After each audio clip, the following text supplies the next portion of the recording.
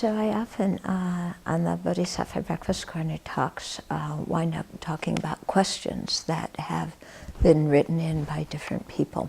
So I got a question. I can't say I totally understand it, but somebody was saying that he is hesitant to give up his contempt for idiots who undermine polite society.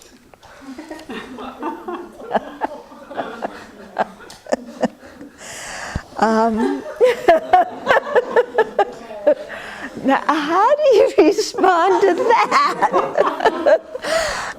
I'm probably one of those idiots.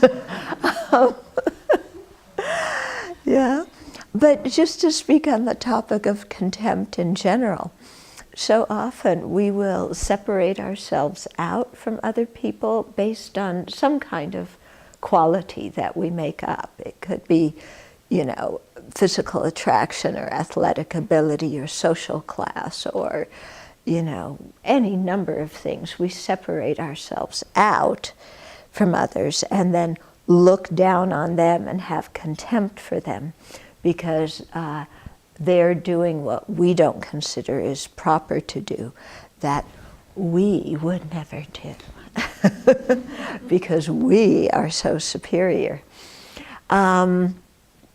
This kind of attitude is definitely going to be an obstacle in Dharma practice. Yeah. Okay, because it's an attitude that's very much based on arrogance. And, you know, arrogance, it makes us feel good in one way because then we're special and we're better than everybody else. But actually, arrogance really makes us feel horrible in another way because we're disconnected from other people. You know, because when we have contempt for them, we're not connected. And yet I think connection with other human beings is a basic human need, you know. And also with contempt, we're trying to establish our own self-esteem by putting somebody else down and making somebody else inferior. But that's not a very good technique for establishing self-esteem. You know, it doesn't work very well. You know, what works much better for establishing self-esteem is thinking that we have the Buddha nature and other people have the Buddha nature, and we can all learn from each other, and we all have talents and abilities and inner goodness that we can tap into and use to benefit society and other living beings. And I think that kind of attitude, which doesn't make ourselves the best one and doesn't make others worse, actually provides more self-esteem, you know, and a happier mind than when we're trying to establish ourselves on the basis of making somebody else bad or wrong. In the same email, this person was also talking about how they really dislike dogmatic people, and especially, you know, they grew up Catholic and had been exposed to certain dogmatism, so they don't want to encounter it again. And so in different Buddhist things, then they're seeing dogma. But I wonder if in those kinds of situations, how much we're seeing dogma in others and how much we're being dogmatic ourselves, you know?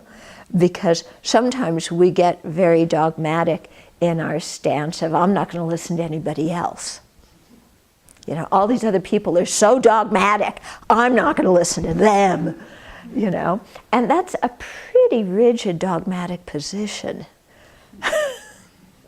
Yeah, which, you know, so we kind of have to laugh at ourselves sometimes in the ways that we're trying to understand the world that really bring about the opposite.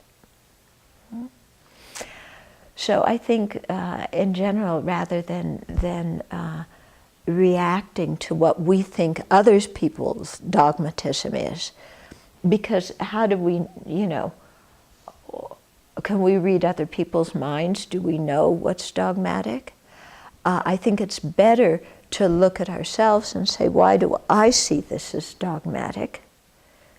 You know, what am I reacting to in this? Because very often to what we're reacting to is actually something from the past that isn't in the present situation. This person had the wherewithal to see that a lot of their seeing of dogmatism is due to their past.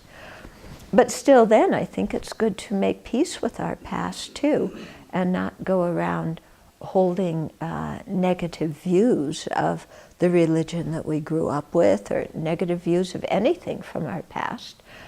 Sure, there may have been disadvantageous things or things in it that weren't so nice, but to be able to recognize what was good in things we had contact with in the past, and how we grew from it and learned from it, and can go forward with that learning, rather than focusing on the dogmatism in the past, or the harm from the past, and going forth with skepticism and bitterness. Because who wants to live their life with skepticism and bitterness? I don't know about you, but I don't want to. I find it much more helpful to learn from a situation, you know, and learn about myself in the situation, and then go forward with an idea of how I want to be and how I don't want to be in order to create harmony. Okay.